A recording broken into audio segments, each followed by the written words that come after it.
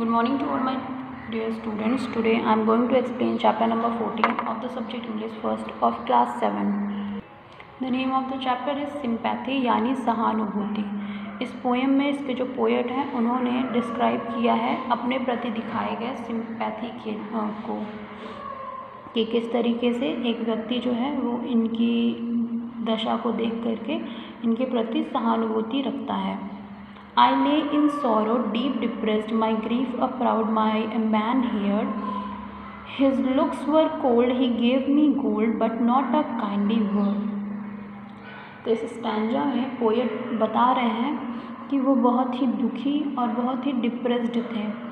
वो उनके दुख को, उनकी समस्या को देख करके एक आदमी आता है, वो इनकी तरफ देखता है और इन्हें कुछ सोने के टुकड़े देता है, लेकिन वो इनसे दया भरे शब्द नहीं बोलता. My sorrow passed, I paid him back the gold he gave to me, then stood erect and spoke my thanks and blesses his charity. जब वो मुझे तो आगे ये बता रहे हैं कि जब वो व्यक्ति मुझे सोना देता है तो मेरा दुख ख़त्म हो जाता है और मैं उन सोने के टुकड़ों को उसे वापस दे देता हूँ और उसके बाद सीधे खड़े होकर के उसका धन्यवाद करता हूँ कि उसने मेरे प्रति सहानुभूति दिखाई और फिर उसके इस दान के लिए उसको आशीष देता हूँ. I lay in want, in grief and pain, a poor man passed my way. He bound my head, he gave me bread, he washed me night and day. उसके बाद जब ये लेटे रहते हैं, यानी जो पोएट है वो दुख में और दर्द में लेटे रहते हैं, तभी एक गरीब व्यक्ति वहाँ से गुजर रहा होता है. वो इनके सिर को उठा करके, यानी इन्हें उठा करके इन्हें खाने के लिए ब्रेड देता है और देने के बाद वो रात दिन इनको देखता रहता है, देखभाल करता है. How shall I pay him back again for all he did to me? Oh, gold is great, but greater far is heavenly sympathy. तो ये बता रहे हैं कि उसके बाद जब वो इस तरीके से, यानी मुझे खाने को देता है, मेरी देखभाल करता है, तो अब बताओ कि मैं उसको ये चीज़ वापस कैसे करूं जो कि उसने मुझे मेरे ऊपर दिखाई है. अपना ये जो उसने सिंपैथी दिखाई है मेरे लिए, मैं उसको किस तरीके से वापस कर सकता हूँ.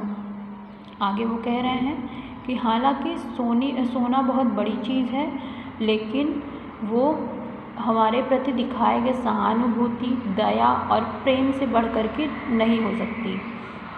यानी इस संसार में धन संपत्ति सब चीज़ें बड़ी हैं, लेकिन उनको हम अपनी भावनाओं से नहीं तोल सकते हैं.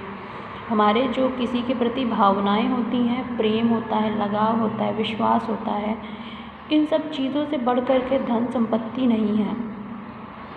हमेशा हम ये कहते हुए सुनते हैं कि प्यार को पैसे से नहीं ख़रीदा जा सकता. हमारे पास बहुत पैसा है, लेकिन अगर कोई व्यक्ति हमारे स्वभाव को नहीं पसंद करता या फिर वो हमसे प्यार नहीं करता, तो हम ऐसा नहीं कर सकते कि लो तुम इतना पैसे ले लो और मुझे प्यार कर लो बदले में. ऐसा कभी पॉसिबल नहीं है. या हम पैसे से सम्मान, आदर नहीं खरीद सकते हैं. फॉर एग्ज़ाम्पल, अगर एक व्यक्ति है वो बहुत पैसे वाला है, लेकिन उसके बदले में वो बहुत घटिया चीज़ें करता है, लोगों को परेशान करता है, तंग करता है, तो क्या उसको वास्तव में उसे वो सम्मान मिलेगा जो किसी इंसान को मिलनी चाहिए? हो सकता है कि उसके डर से लोग उसके सामने उसकी जी हुजूरी करें, उसकी तारीफ़ें करें, लेकिन पीठ पीछे ऐसा कोई नहीं करेगा. पीठ पीछे उसकी बुराई ही की जाएगी. तो सबसे बड़ी चीज़ होती है हमारा एक दूसरे के प्रति व्यवहार और हमारा लगाव, एक दूसरे के प्रति हम एक दूसरे को कितना समझते हैं, मैटर ये करता है, ना कि कोई कितना धनवान है. So this was the poem. Now we will do the exercises of this poem. Take the correct answer. Number 1. Who heard the grief of the poet? Answer is a rich man. Next, what did the proud man give the poet? It is gold. What did the poet blessed his? Answer is charity. Next, who passed the poet on the way? It is a poor man. Writing fun. Complete the series. Lay, may, stay. Answer is say. Narrow, sorrow, borrow. Tomorrow. Gold, bold, sold. It is told. Pain, vain, main, lane. Back, sack, attack. Lack. Night, tight, bright. It is light. B. Make continuous word by adding ing to the given word in capital letters. This is your homework. You have to add ing in these words and make the new word. So that's all for today. Thank you so much.